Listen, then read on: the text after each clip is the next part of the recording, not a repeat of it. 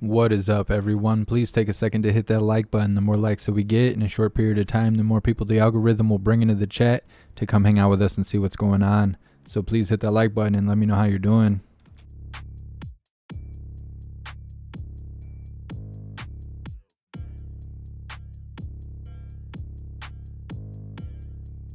Thank you so much, Barb, for your donation and your support. I really appreciate you. Thank you so much for being here. What's up, Joanne? What's up, Lifelike? What's up, Dawnbreak? What's up, 10 Man? What's up, Betsy? Look at all the green names. That's awesome. All you guys with badges. All you hooligans. What's up, Mana? What's up, Laura? What's up, Sherry? What's up, Patty? What up, Newton? What's up, Joanne? What's up, Killer Koala? What's up, Glimmer of Freak?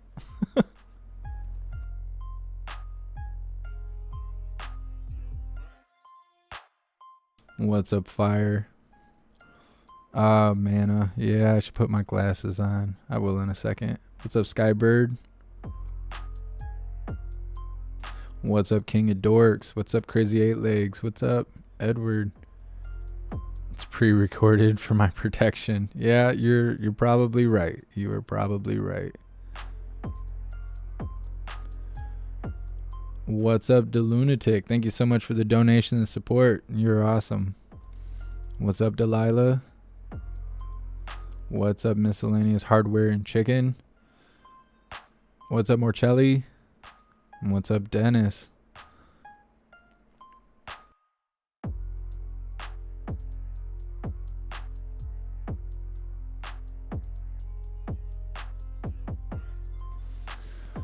Dawn, it's hard for me to call you Dawn when your name is Dawnbreak on here. That's I don't know what to say. I'm calling you by the name that you put in. I'll try and start calling you Dawn. What's up, Quitting Time? What's up, Andy? So we got about 4 minutes until we got, all the lying and crying from the White House C19 team. I'm a little bit nervous about how this is going to go, because YouTube's got that new community guideline that they put out that's been banning accounts left and right. Even though I'm not going to be the one talking about the plague or the jab or any of that stuff, just the fact that they actually say it by name during these lives could get my stuff messed with. YouTube doesn't recognize that I'm covering something. They just consider it all my fault. So hopefully we survive this live. What's up, Chris?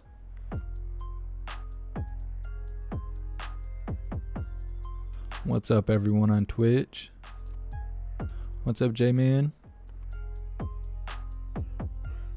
What's up, Hilliard? You guys' names is so crazy. It's so hard to say what's up to you when I can't read your names. Quitting Time, you're on multiple platforms. Over here platform hopping.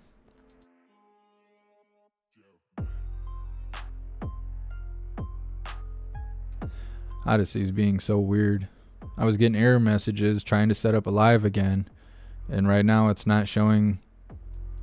I might be live on Odyssey, but it's not showing me how it usually does. I have to dig for it now.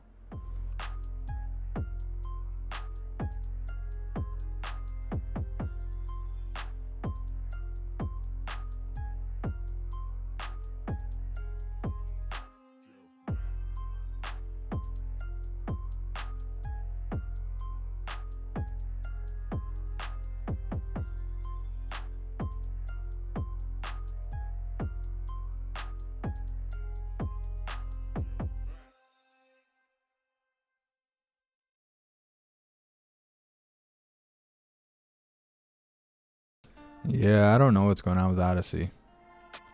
It says I'm live on Odyssey. It's got the Jen Psaki title, which is 2 lives ago, and then the chat from last night, which was during the protests. I don't know. The live on Odyssey right now is just a mess. It's like a Picasso puzzle. All right.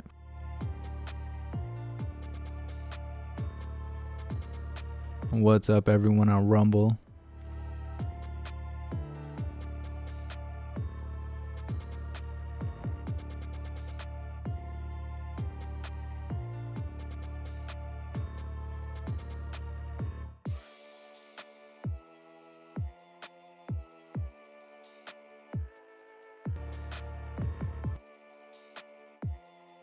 What's up, everyone on Facebook? What's up, Sandy?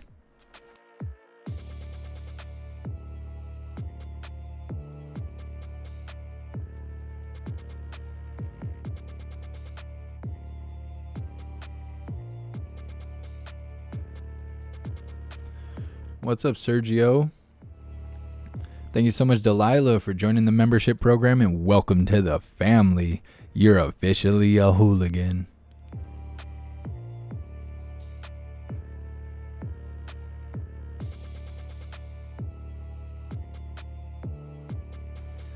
Glimmer of Freak, yeah, I'm sure that's what it is. Odyssey goes through these issues from time to time, but usually once it gets straightened out, the platform is even better than it was before.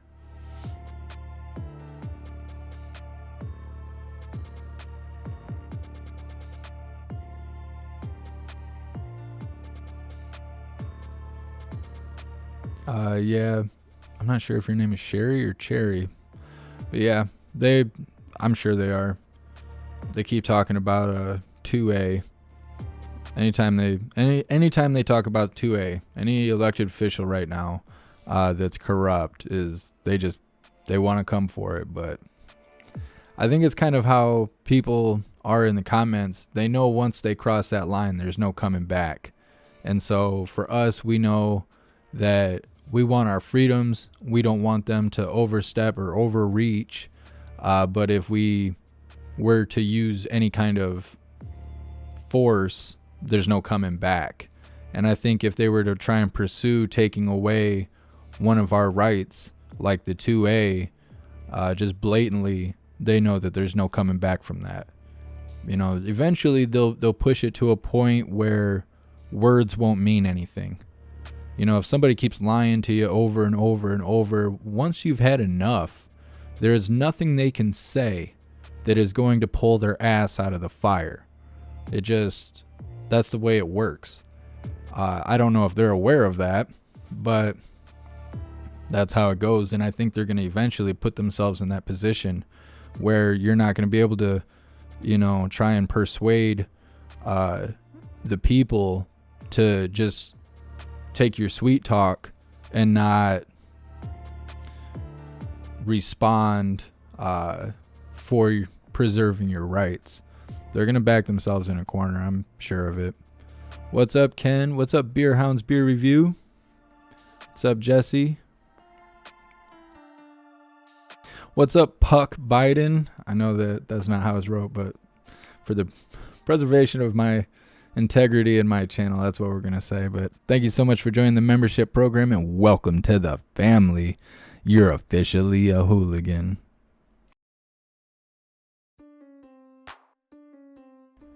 Tree fella. Oh, so it got straightened out on Odyssey? Well, good, because it looks like crap on my end. But maybe if I refresh, it'll fix itself. What's up, Kendra? Proud ankle. Hunter Biden likes jabs. Yeah, he does. He gives himself the jab probably twice a day. Maybe more. BH. I have to leave at 2:45. Right now it's 11:03. So we're going to make it all through this live. There's a press briefing with Jen Balsacki at 1 o'clock. As long as they don't reschedule it like they have the last 2 days, we should be fine.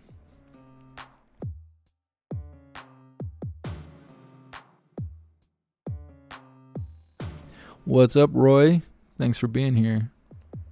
What's up, Indigo? What's up, Honky Kong?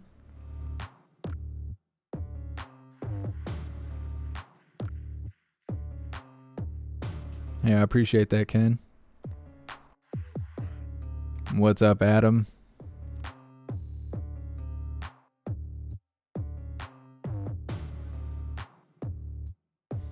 Mercury Grill, no, I did not see that.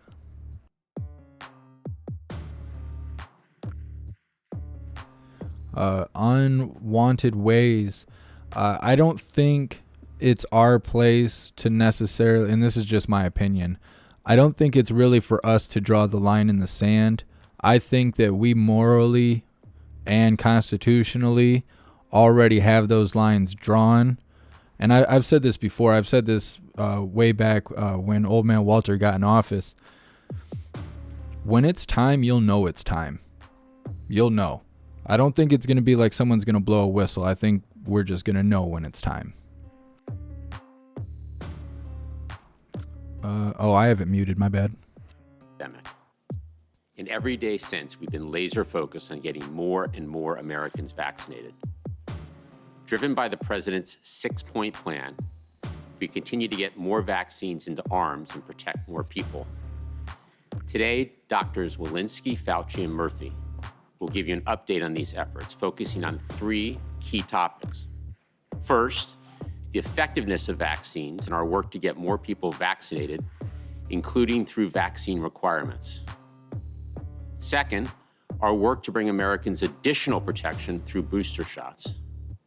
And third, the potential on the horizon for vaccinating younger children. Let's start with Dr. Walensky for an update on the state of the pandemic and the impact of vaccines.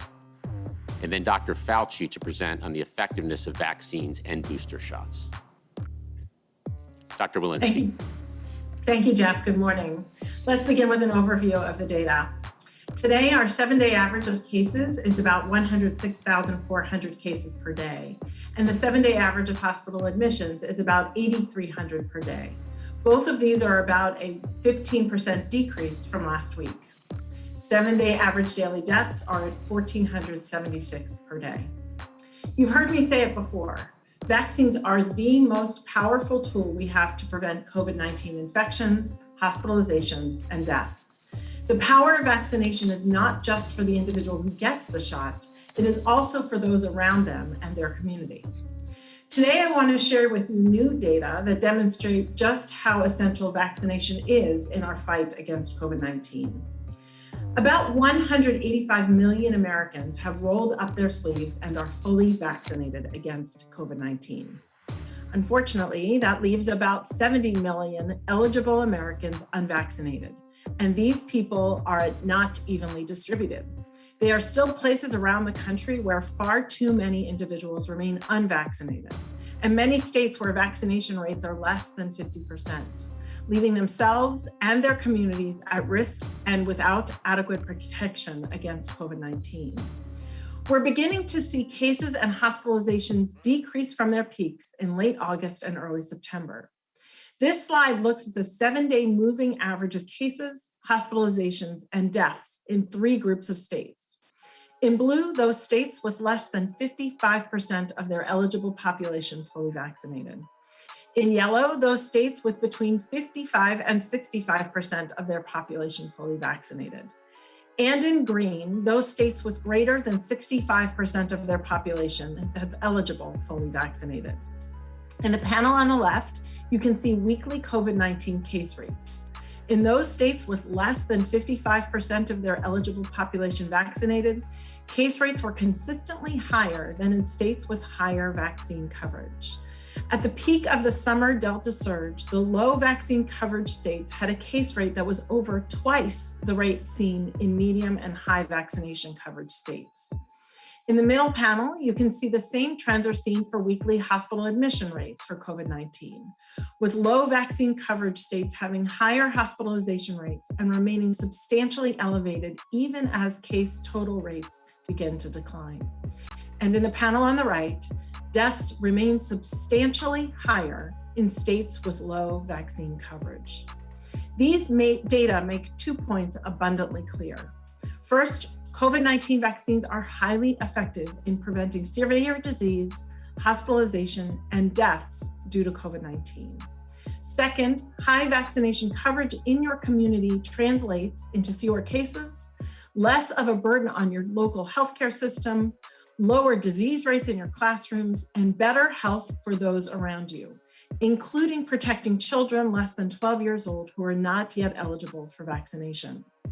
While we have made tremendous progress in our campaign to vaccinate as many Americans as possible, we still have work to do to make sure that vaccination coverage is high and even across the country.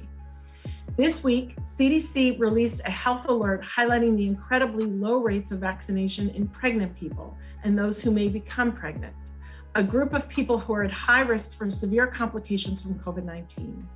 Overall, only 31% of pregnant people are fully vaccinated, and only 15% of Black pregnant people are vaccinated. I want to reinforce that these vaccines are safe and effective, including during pregnancy. The benefits of vaccination far outweigh any risk to both mom and to baby. If you have not yet been vaccinated, I urge you to talk with your healthcare provider and those in your community about the benefits of vaccination. Vaccination is our best defense against COVID-19. We have the scientific tools needed to put an end to this pandemic. We have the science that proves these vaccines are safe and remain effective, and I am confident that we can come together and protect ourselves and our communities from COVID-19. Thank you. I'll now turn it over to Dr. Fauci. Thank you very much, Dr. Walensky. I would like to now provide 3 concise messages about how we can accelerate the end of the epidemic in our country and the pandemic globally with vaccinations. First, COVID-19 vaccines are safe, effective, convenient, and free. They protect you, your loved ones. What the hell's going on with his hands? Next slide. This is just one bit of data among many from a variety of local locations throughout the country. In this case, it's from Public Health Seattle and King County. This is COVID-19 data over the past 30 days, essentially Delta data. People who are not fully vaccinated are 8 times more likely to test positive, 41 times more likely to be hospitalized, and 57 times more likely to die compared to... What's 57 times 0.03? Next slide. Next message. Booster shots provide further protection against SARS-CoV-2 infection and symptomatic COVID-19 disease for people at increased risk of severe COVID-19 disease. Next slide. This is the slide I showed at a prior press briefing. 12 days or more after the booster dose, the rate of confirmed infection was lower in the booster group than in the non-booster group by a factor of 11.3, and the rate of severe illness lower by a factor of 19.5. Next slide. This is active severe COVID-19 cases by vaccination status in individuals over 60 years old in the Israeli study. And the numbers you see are numbers per 100,000 population as of a couple of days ago. 174.2 in the unvaccinated, 33.7 in those who have 2 doses of an mRNA, and 3.4 in those who had 2 doses of the mRNA, in this case Pfizer, plus a booster. Next slide. Third point, vaccines for children aged 5 to 11, pending FDA authorization and CDC recommendation, may soon be available to help protect our children and those around them. Next slide. As you know, a few days ago, Pfizer and BioNTech submitted their data to the FDA from their phase 2-3 trials of their vaccine in children 5 to 11. The N was over 2,000. The companies report that the vaccine demonstrated a favorable safety profile and elicited robust neutralizing antibody using a 2-dose regimen of 10 microgram doses. Again, the FDA will make a regulatory determination, and the CDC with their ACIP will make a recommendation. Last slide. So therefore, the conclusion from the 3 concise messages are, as Dr. Walensky said so cogently, get vaccinated. Hear how you can find it, vaccines.gov, text your zip code, call the telephone number on the slide. Back to you, Jeff. Thank you, doctors. Thanks, piece of shit. Dr. Walensky and Dr. Fauci noted vaccines are the best tool we have against the virus, and getting more shots in arms is the path out of this pandemic. Right now, more than 3 out of 4 eligible Americans have at least their first shot. So that's significant progress, but there's more work to be done. And that's why the president is implementing bold vaccination requirements, including requirements for 17 million healthcare workers to be fully vaccinated, and for all employers with 100 or more employees to ensure their workforce is fully vaccinated or tested at minimum 1 time per week. All told, the president's vaccination requirements will apply to about 100 million workers. That's 2/3 of all workers across the country. And as the president has said, employers should act now to protect their workforce and communities. And employers are doing just that by enacting vaccination requirements. This week, Procter & Gamble and AT&T, 2 of the very largest companies in the country, adopted vaccination requirements. Delaware announced public and private K-12 school teachers and staff need to be vaccinated or undergo weekly testing. In Pennsylvania, Allegheny County is now requiring vaccination for its government employees. And if you plan to visit Universal Studios in California or go to a Grizzlies basketball game in Memphis, you'll have to be fully vaccinated or provide proof of a negative test. Each day this week, as organizations hit their vaccination deadlines, we got new data showing that vaccination requirements work. Let's start on Monday. On Monday, Novant Health System in North Carolina hit its deadline and announced that day 99% of its 35,000 employees are vaccinated. On Tuesday, United Airlines announced that 99% of its 60,000 employees were vaccinated and in compliance by its deadline. That's up from 59% just 2 months ago. Then on Wednesday, Vanderbilt University Medical Center said 95% of its 28,000 employees were fully vaccinated. And just yesterday, Virginia Tech reported that 95% of its students were vaccinated by the school's deadline. The data is clear. When organizations implement vaccine requirements, vaccination rates soar to 90% or greater. More and more companies are stepping up to make vaccine requirements the standard across all sectors. Look at job postings. The number of job postings that list COVID vaccination as a requirement jumped 20 times in the past 2 months, according to LinkedIn data. Bottom line, vaccination requirements work. And driven by the president's requirements, vaccination rates at businesses, healthcare systems, universities and colleges, and other institutions across the country will continue to increase. As we vaccinate the unvaccinated, we're also enhancing protection for vaccinated Americans through booster shots. We estimate that by day's end, almost 2 million Americans will have rolled up their sleeves and gotten a booster shot. Nearly 2 million booster shots in the first week. That's a very strong start. And states and pharmacies are reaching out to millions of eligible individuals with text messages, emails, and calls. Maryland alone has made more than 250,000 calls to eligible individuals since last Friday. Pharmacies across the country have scheduled more than 1 million individuals to get their booster shot across the next couple of weeks. And pharmacies are also scheduling over 8,000 on-site clinics to bring booster and flu shots to the most vulnerable, including nursing home and assisted living facility residents and staff. So the boosters program is off to a running start, and we're working with states, tribes, and territories, pharmacies, community health centers, doctors, and other providers to get millions of eligible Americans their booster. Let me close by reiterating, we are laser focused on getting more shots in arms, particularly to vaccinate the unvaccinated. That's our path out of this pandemic.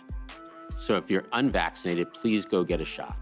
It's free, it's safe, it's easy, and it'll help make all of us safer. With that, let me turn it over to Dr. Murthy for an update on the potential for vaccinations for younger children. Dr. Murthy. Well, thanks so much, Jeff, and it's good to be with everyone again today. One of the many reasons that I'm hopeful about the future of our pandemic response is that vaccines for children under 12 are now on the horizon. I want to start by sharing why I'm personally invested in this process. My wife and I have 2 children under 12. And like all parents, we want them to be healthy and safe. We've spent a lot of time during the pandemic considering how best to protect them. Now, they recently started school, and we are so grateful that they have the chance to learn in person and enjoy social time with their peers. We are especially grateful to their school for following the CDC guidelines for schools and for using universal masking, regular testing, and improved ventilation to reduce the risk to our kids and all children in the school. But knowing that our kids are unvaccinated, their safety is still always on our mind. And more broadly, I know that COVID has been a source of stress and worry for all those with children in their lives because we want them to be protected from COVID. A vaccine could make a big difference for the health of our kids and for the peace of mind of parents everywhere. So let's talk about our path forward when it comes to vaccinating our children, from the dosage selection to the clinical trials to the rigorous review process. I want to note that the foundation of this entire process is safety. The safety of our nation's children is our highest value and our greatest responsibility. It dictates everything else in the process, and that starts with the dosage. Now, vaccines for children come at different dosages because children aren't just tiny adults. They're growing and developing in countless ways. So the dosage is carefully considered and selected for its optimal safety and immune response in children. Our guiding principle of safety also warrants conducting separate clinical trials for children. We want to be sure, beyond a shadow of a doubt, that the evidence indicates a strong safety profile and strong immune response in children. That's why it matters that thousands of kids are enrolled in each trial and that they are carefully monitored for at least 2 full months after they receive their second dose. When there are sufficient data from those clinical trials, the vaccine developers submit their data and a formal request to the FDA, which then conducts a thorough independent evaluation.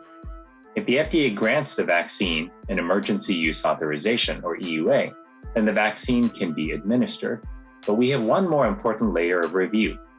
If the FDA grants the authorization, the CDC's Advisory Committee on Immunization Practices then meets to conduct their own review on specific clinical recommendations for healthcare providers. As you can see, this is an involved process.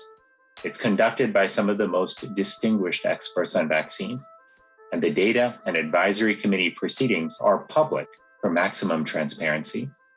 So where are we right now? Well, at the moment, the vaccine furthest along in this process for children is the Pfizer vaccine. They have more than 2,000 children enrolled in their clinical trial, and the company has reported that they have seen promising results. Now, the FDA has released a statement saying that once they receive a formal request for authorization from Pfizer, they are prepared to complete a thorough independent review as quickly as possible, likely in a matter of weeks rather than months. The COVID-19 vaccines are FDA's top priority, and they know the urgency with which our children need a vaccine. They will be guided by science and safety as they evaluate vaccine data for children. That's what's reassuring to me as a parent.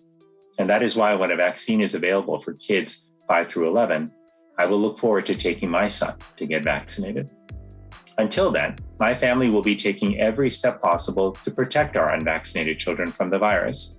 We will adhere to our school's masking policy because we know universal masking in schools reduces our children's risk of getting COVID. In Arizona's Maricopa and Pima counties, schools that started the year without mask requirements were 3.5 times more likely to have COVID-19 outbreaks in schools with early mask requirements. Our children will also participate in the regular testing program their school has set up to catch potential infection early and prevent outbreaks. Additionally, every member of our family will wear masks in indoor public spaces. And when we take our kids to see other people, we will try to do so in spaces with good ventilation, like outdoor settings. Finally, even though our youngest kids can't get vaccinated yet, the rest of us can. And when we are vaccinated, we act as barriers between our kids and the virus. So if you are eligible to get vaccinated, please do so, if not for your own safety, then for the safety of unvaccinated children in your community. Now, as challenging as this pandemic has been, we must never lose sight of the fact that we have made progress in combating COVID-19. We've learned how to slow the spread of the virus, and we have powerful tools, including vaccines, that we didn't have before. Now we also have the promise of a vaccine for children under 12. We will continue to press forward with our efforts to protect people from COVID with vaccines and other tools, that science tells us work to save lives and keep people out of the hospital. Thanks so much, and I look forward to taking some of your questions. I'll turn it back to Jeff. Thanks, Dr. Murthy. Let's open it up for questions. Kevin? Thanks, Jeff. First question, let's go to... I hate that his name is Jeff. Journal. He's a piece of shit. Thank you so much, as always, for doing the briefing. I have two questions. First, can you talk more about what steps you're taking to lower the costs of rapid at-home tests and to expand testing capacity more broadly, given the higher demand at schools and other congregate settings? And then separately, the White House has repeatedly said the CDC is responsible for the continued use of Title 42 with respect to immigration. What is the CDC's criteria for lifting Title 42? Is there a case count or vaccination threshold? And are you considering lifting it in the near future? Good. Why don't I take the first question on testing and then over to Dr. Walensky. So testing capacity has increased significantly, and it's available testing at many locations, pharmacies, community health centers, states and local sites. And we're going to continue to increase the number of sites, as the president laid out in his 6-point plan, by thousands. And to be clear, these tests come at no cost. What you brought up was at-home testing, which came to market earlier this year.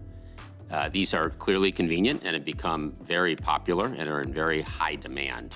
So as the president announced a few weeks ago, we made a significant investment last month to further scale rapid test. We are investing $2 billion to produce hundreds of millions of additional tests. This gives the manufacturers the confidence to increase their capacity. And we're actually on track now to double the number of rapid tests in the market over the next 60 days. We've also worked with top retailers, Walmart, Amazon, and Kroger, who have all agreed to sell these at-home tests at their costs, which will make them more affordable. Overall, we'll continue to pull every lever we can to further expand the manufacturing and the production of these tests in order to make them more widely available and to drive down the cost per test. And we certainly encourage all Americans to get vaccinated, and when they need to get tested. Dr. Walensky? Yeah, thank you for that question, Sabrina. So right now, all but a handful of states in this country remain in the red area, high levels of transmission, over 100 per 100,000 cases over 7 days. The Title 42 is a public health order. Decreasing the amount of crowding certainly will be one strategy to decrease the amount of transmission related to COVID-19. We are reevaluating the Title 42 order as a public health order. We do so every 60 days, and we will continue to reevaluate that. And in the meantime, CDC is providing technical assistance at border areas to ensure and work towards decreasing public health and COVID transmission in these areas. Thank you. Next question. Zeke Miller, AP. Thanks for doing this again. I was hoping you might explain a little bit why you think cases and hospitalizations right now are coming down. Does it say something about, what does that say about the rest of the fall and the winter? And then more broadly, there's been a number of surveys that have come out of showing that fully vaccinated people are still significantly altering their lives, fearing that they may get the virus. For all the doctors, should people who are fully vaccinated continue to harbor doubts about the efficacy of the vaccines, change their lives? Should they cancel? Should they continue to postpone travel and stop and not dining indoors and things like that? Or should they start getting back to normal? Okay, so let's go to the first question over to you, Dr. Walensky, and then if you have anything to add, Dr. Fauci.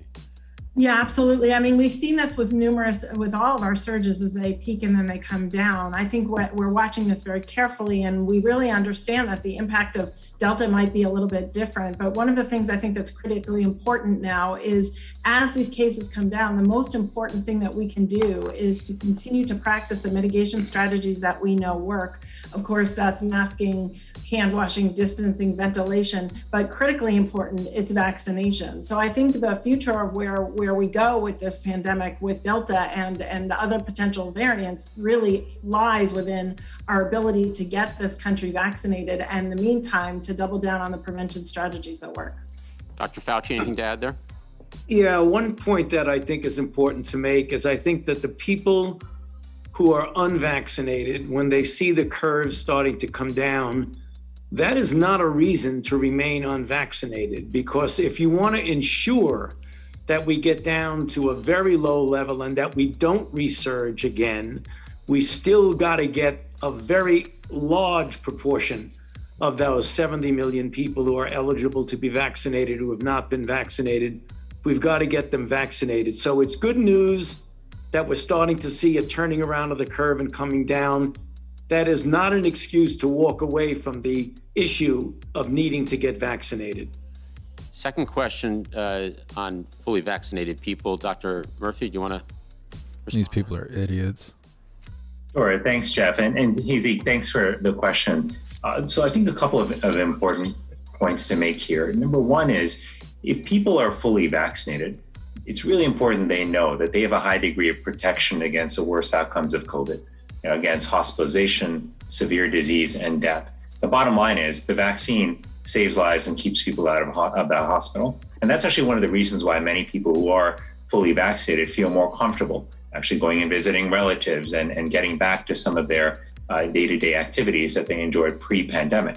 There are some people, though, especially in the face of the Delta variant, who recognize that even though they may be okay, they want to take extra precautions to avoid transmitting to people at home who may be unvaccinated. Maybe they've got elderly relatives at home who are immunocompromised. Maybe they've got kids who are under 12 who are unvaccinated. And some of them are taking some extra precautions, which is reasonable. But in no way, shape, or form should this take away from the fact that the vaccines are highly effective and they do dramatically reduce your risk. One last thing I'll just mention here is around boosters. Given how effective vaccines have been, we want to extend that protection that people have enjoyed from the vaccines. And so the booster program is actually going to help us do that, particularly with our higher risk population. That's why the FDA and CDC made their recommendations last week on boosters for those above 65 with other illnesses and who are at higher risk of exposure to the virus. But make no mistake, our lives are fundamentally better because of the vaccines. The more people who get vaccinated, the quicker we'll be able to return back to normal. Thank you. Next question, please. Words. Go to Arlette at CNN. Hi there. I wanted to see if you could react to this news from Merck about their antiviral pill that cuts the risk of death and hospitalization by COVID in half. I know that this will have to go through the FDA process, but do you guys have an estimated timeline for when you hope this will be approved? And then I know that you've also already reached an agreement for 1.7 million courses of this medicine, but are there plans to buy more? And how exactly would these be distributed out to the states? Dr. Fauci, for the first part of the question. Yeah, for the first part of the question, the news of the efficacy of this particular antiviral is obviously very good news. The company, when they briefed us last night, had mentioned that they will be submitting their data to the FDA imminently. The data are impressive. There was a 50% diminution. Of importance is that in the placebo group, there were 8 deaths, and in the treatment group, there were no deaths. That's also very important and very good news. We always hesitate to make any timelines.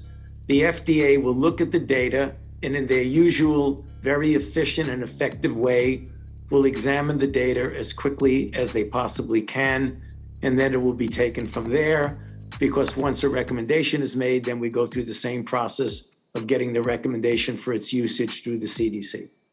Thank you. So as to the second part of the question, if indeed it is authorized, as Dr. Fauci just described the process, the federal government has contracted to purchase 1.7 million doses to make this therapy available. The government also has an option for some additional doses. If approved, I think the right way to think about this is a potential additional tool in our toolbox to protect people from the worst outcomes of COVID. But I think it's really important to remember that vaccination, as we've talked about today, remains far and away our best tool against COVID-19. it can prevent you from getting COVID in the first place. And we want to prevent infections, not just wait to treat them once they happen. Why don't we take one more question? Last question. Let's go to Sasha Pezenik at ABC News. Hey guys, thank you for taking my question. Let's take a question from on Fox. Testing, the administration has pledged millions towards billions, frankly, towards shoring up our testing infrastructure. It's been a core part of pulling us out of the pandemic, but we've seen them fly off of shelves. We're now seeing pharmacies rationing how many tests a person can buy. We're seeing delays in scheduling rapid test appointments. So can you help us understand what's going wrong here? Why countries like Germany have been able to flood their market with cheap tests and the US has not been able to? Yeah, so I think it's important to, again, emphasize that overall testing capacity across the country remains robust. You're right that the at-home rapid test is under a lot of demand.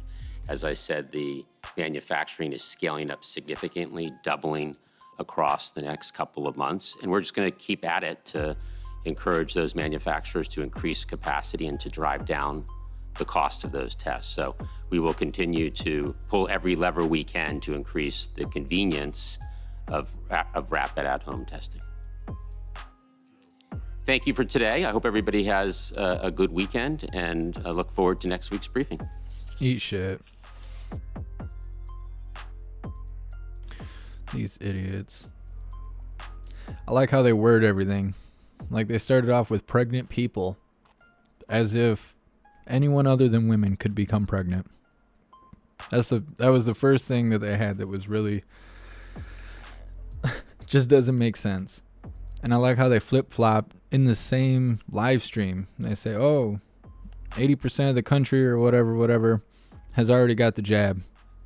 But then they turn around and say, oh, there's still this many people who haven't got it, and they're a threat to the majority that's already protected. That doesn't make sense. None of that makes sense. And then they talk about how because little ones can't get it, that you need to get it because you're the barrier, meaning that you're going to infect the little ones, which I had mentioned a couple weeks ago that they are trying to work with the health department, and DHS are working together to figure out a way to say you are a threat to your little ones if you don't get it, meaning that they can come take your little ones because you're a threat to them because you didn't do what you were told to do. So there they are, kind of edging that kind of phrasing right there out in the open. Just like when they talk about the National Guard, they talk about FEMA, and they say, oh, the only problem we have is the people who don't do what they're told. But that's okay because FEMA and National Guard, they're on standby to tackle critical C19 missions. But we're the only part of the mission that doesn't comply. It's weird how they say it, and that's why I'm always like words. Because they're telling you, they're just not really putting it out there for everyone to hear. The way they speak is not on accident. They're just a bunch of assholes, but we know. All right, so let's get in the Pledge of Allegiance. It's my favorite part. After the lying and crying, you got to just bathe yourself with the good old-fashioned Pledge of Allegiance. All right, let me get it set up.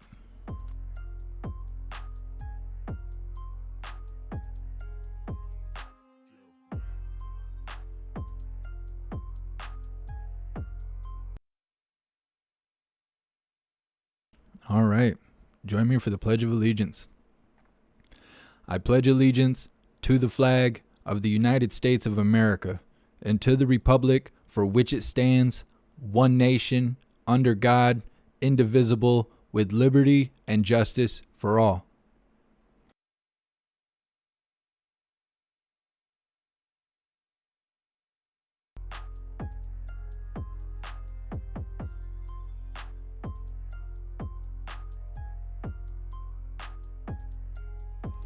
Thank you so much, Silver Wolf. Let me see. Your badge looks turquoise. I'm pretty sure you're continuing your membership, so thank you so much for continuing on with the membership program. You're officially a hooligan. Yeah, these people are trash panda. And I think it's weird how it's even handled. They have these 3 people in the background that supposedly have all these degrees and they're so smart and this kind of stuff. And then we have this fraudulent Jeff, this asshole, sitting up front, and he directs all of it. So he gives you the real meat of the lies and then pitches it off to one of the people in the background to add their 2 cents to it. And then even when they take questions, they call for the question is asked, and then he says who gets to answer it and who doesn't. Who the hell is that guy? Like, who is he? I'm trying to figure out how this is orchestrated, because it will bring more meaning to what is said by which person if I know the pecking order of how these people all fall in line. I know a lot about Fauci. I know more than I wish I knew. The other 2, I don't know. The woman, all I know about her is she has said on multiple occasions that so-and-so testing or so-and-so guidelines went a certain way, but then she put her 2 cents in there and did an override. And so they keep saying, oh, we need FDA to do this, that, and the other. Not really. Not if this woman gets to snap her fingers and just say what goes and doesn't go. That doesn't make a whole lot of sense. And then the guy, the really poor quality streaming guy, whoever that guy is, the military guy, I swear he looks just like somebody from the old like Nintendo 64 James Bond games. His quality of technology that he's used, I don't know if he's running Windows 98 or what he has going on, but his stuff is always terrible, and he always has the most to say. He keeps talking about our children and stuff like that. I don't believe that guy has kids. I just don't. He just doesn't look like a parent. If he has kids, they're locked up in his basement in cages. Like, I don't think he has his own, and he always has the most to say to make you grind your teeth and just be like, dude, you don't know nothing. He's the worst.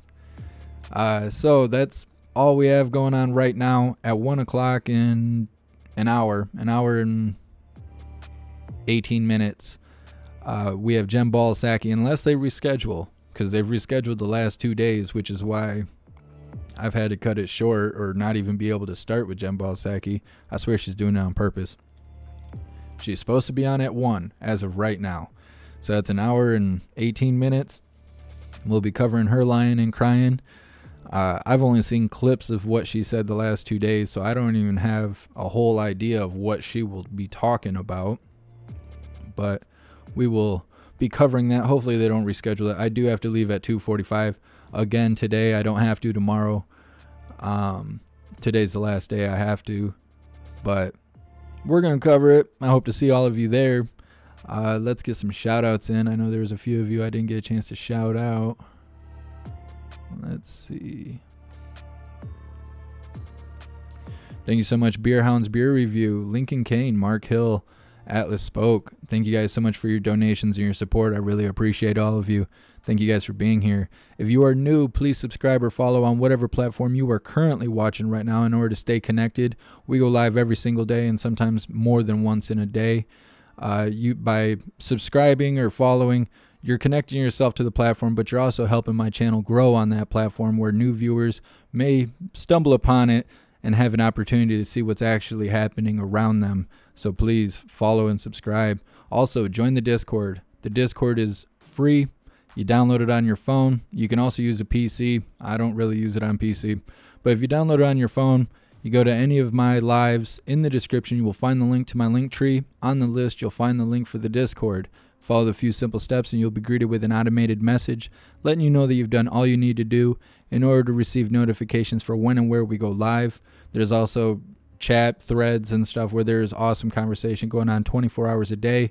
There's also news tabs, as well as in the general chat you will find incoming news from all corners of the globe, which is probably an old phrase. I probably just dated myself, but that's okay. Tons of information is the best way to stay up to date with what is going on around the world. So please join the Discord. I see someone just tagged my name. No, I can't find it now. Somebody saying something about not being able to donate. Oh, I can't find it. If you're on YouTube and you're being blocked from donating, that's part of YouTube censorship. It's not something I'm doing to block you, just so you know. YouTube's on some crazy stuff. We'll be lucky if we survive this live stream right here. And thank you so much, Atlas, for joining the membership program, and welcome to the family. You're officially a hooligan. So yep, that's what we have for right now. I will see you guys in an hour and 15 minutes for some Lying and Crying with Jen Balasaki.